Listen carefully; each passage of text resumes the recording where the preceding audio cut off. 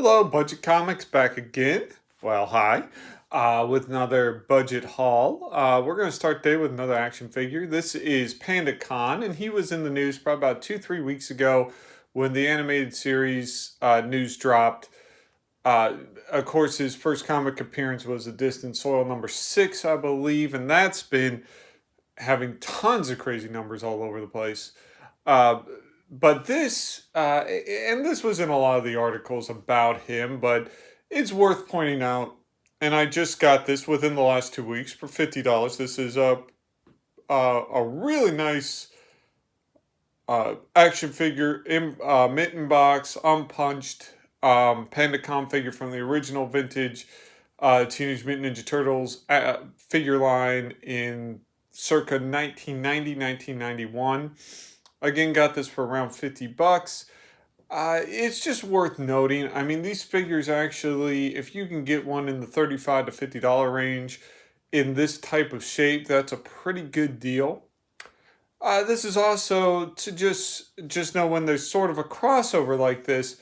Uh, Toy stores aren't always up on comic book news. So if you have a straight toy store in your area, uh, for instance, a bigger city or a consignment store or something like that that has action figures, and this is probably more of a brick and mortar purchase. It's worth checking out because they might not be hip to the animation news or to the comic book news, so they might have this at a decent price. And if you believe the hype, this could go up. But these are pretty solid investments if you can get them in good shape. There's always a market for these figures, so if you can keep it under $50, you probably won't lose money.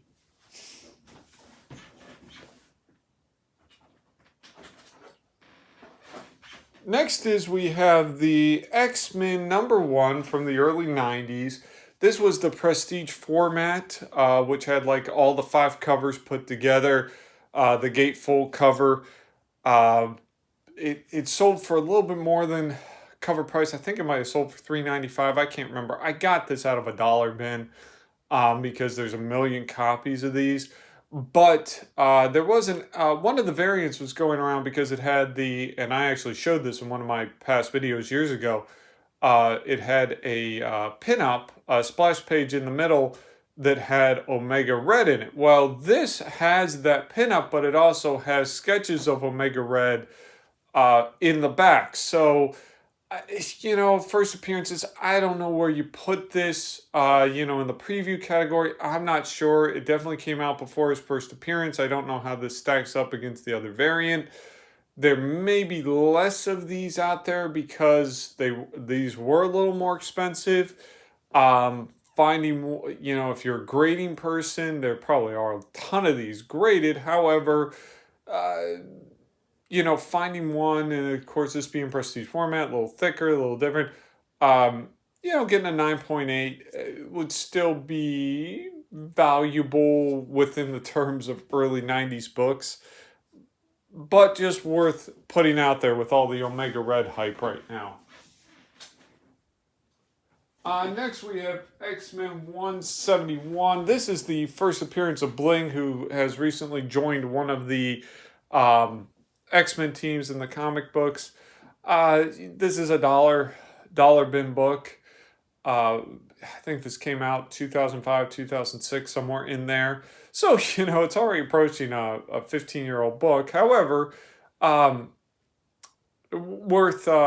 worth keeping an eye on. There's a couple other minor first appearances in here. Fox, which is the middle character there, it's kind of a neat story. The other appearances are Flubber, which is a stretchy mutant who loses his power in the whole M-Day thing, and Onyx, who joined the Young X-Men for a while, but I believe died. So there's a few other minor first appearances in here. This is Spider-Man #13, and if I don't always go on Go Collect, but I like to see what's trending on their page. If you're not familiar with GoCollect.com, they have trending comics. And I like to see kind of if there's odd books I'm not really looking for that are, within the top 100, top 50 of what they say is selling. And this is always in the top 50. It's a homage cover to the first issue of this series, which is, of course, McFarlane. This is a McFarlane issue, Spider-Man in his black costume. I got this for around, it was $10, but I got 30% off, so around $7 in good, near mid shape. So worth looking, and you may be able to find this for $4 or $5. May even be able to find this in the dollar bin, but probably find it in the back issue bins in near mid shape for $4 to $6.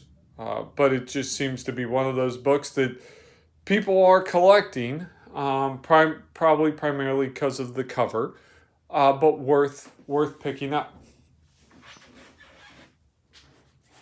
All right, so this is a little movie speculation long shot book, which is long shot number 3. So this is the first appearance of Mojo, who, for those who don't know, is an interdimensional being that broadcast TV shows, usually like tournament style, fight to the death type things, and that's where Longshot comes in. Well, the interesting thing about Mojo is that in the Exile series from the mid 2000s, he was shown that there is only one of him. So in all the Marvel universes, there's only one Mojo.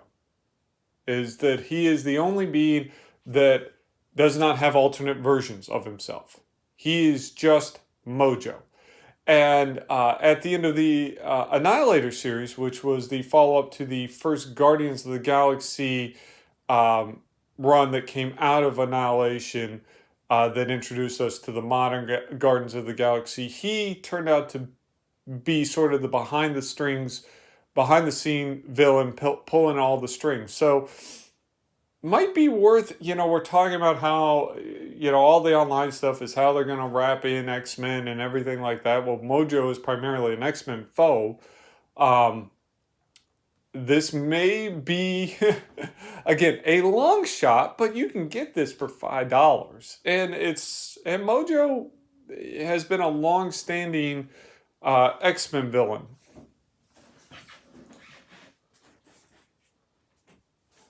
Next, just for preview's sake, this is Malibu Sun number 15, I believe.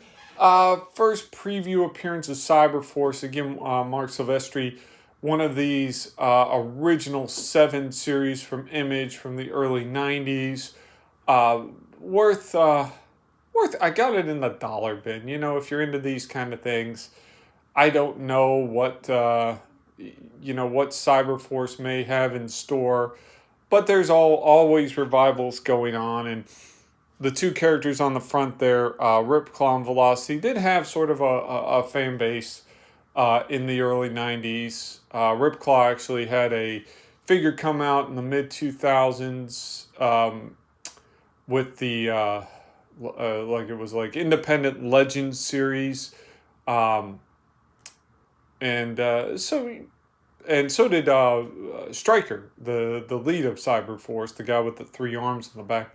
So there is some, some people remember this series and liked it. Next we have, this is Hardware number 1 from the DC Milestone universe, and there was talk of bringing this universe back, or wrapping the characters in, and this is where Static came from. Again, this is a dollar book, but this was one of the flagship titles of that series. Kind of like an Iron Man, but rebels against his creators type thing. Again, a dollar book, bagged edition with some tchotchkes, as Mercenaut says. I think there's like a poster and a trading card. So worth getting if you can find it. Next we have Astonishing X-Men number 4. This is the first appearance of Brew, which is a intelligent brood alien, but walks on two legs and doesn't look like that. He's kind of like a scientist, but he's a good guy. Just kind of one of these weird characters who, again, is in the X-Men books now. $1, $2 book, probably, if you're searching out in the wild. X-Men number 6, another 90s book for the sake of 90s books. This is the first appearance of the classic Jim Lee Sabretooth costume. And of course, this comes from the Jim Lee run of this series. So if you're a fan of early 90s X-Men, specifically the stuff that was in the cartoon, this is where we get that classic, now classic, Sabretooth costume. Justice League Dark number 39, get another variant. I just saw Scoob. I liked it, the new Scooby-Doo movie. This is one of those Harley Quinn variants. It's just funny. It even has Zatanna saying Jinkies backwards, which is just kind of fun. And it's cover price or less. Superman, and forgive me, Superman 354. First appearance of future Superman. It's actually the grandson of our Superman, Superman 2020. So before Iron Man 2020, there was Superman 2020. And it is 2020, even though it hasn't been a great 2020. It does give us a new Superman. So a couple dollars, early 80s Superman book. Worth checking out, just for fun. Umbrella Academy. This is the second series, second limited series number 2. This is the first appearance of what are their names? Cha-Cha, and I always want to say Tango, but that name is escaping me. But the two interdimensional hitmen that were prevalent in the first season of the TV series, and at the end of the month, this is coming back. They're recasting Mary J. Blige's character. So worth grabbing if you happen to come across it. I got it for $5. May still be in the back issue bin for under 10. And this is Moon Knight number 7, Marvel Anniversary variant, taken from Daredevil number 1, the Kevin Smith reboot. Moon Knight is a very popular character, but not talked. This cover is not talked about very often. I think I got it for $20. These are sort of sought after, these anniversary variants. There's some cool homages out there, so worth keeping your eye on for this. Again, with Moon Knight always being in demand, this might be worth looking into. The last we have is just a book that's been in the back issue bins but not talked a lot about. This is Amazing Spider-Man 258 with all the symbiote talk and Venom stuff and the new Carnage movie in development. This is where we find out the suit is alive. And you can kind of say there's actually a semi-cameo of Venom in here, because there's a shadow at the end of it. I hate to spoil it, but it turns out Spider-Man's black costume he got during the Secret Wars is actually a symbiote, believe it or not, and a living being. But at the end, it shows he's caught in this jar by the Fantastic Four, and you can see it sort of form like this type of character, like a sort of pseudo Spider-Man, so to speak. So this is really the beginning origins of Venom. 40 issues before we even really get a hint of it. And I got it for $10 just recently. I think I have another copy of this in my collection, but I wanted to see how much this is going for. And a VF Plus copy, Near Mint Minus copy is going, I think I got it for I might have paid a little more than 10, but between $10 and $15.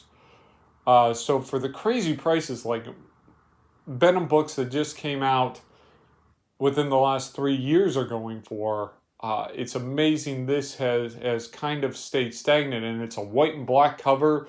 So finding it in pristine shape is a bit of a challenge, but it might be a good graded book. But again, just not one of those talked about. So that's all I have for now. Like if you like, I'll post again no matter what.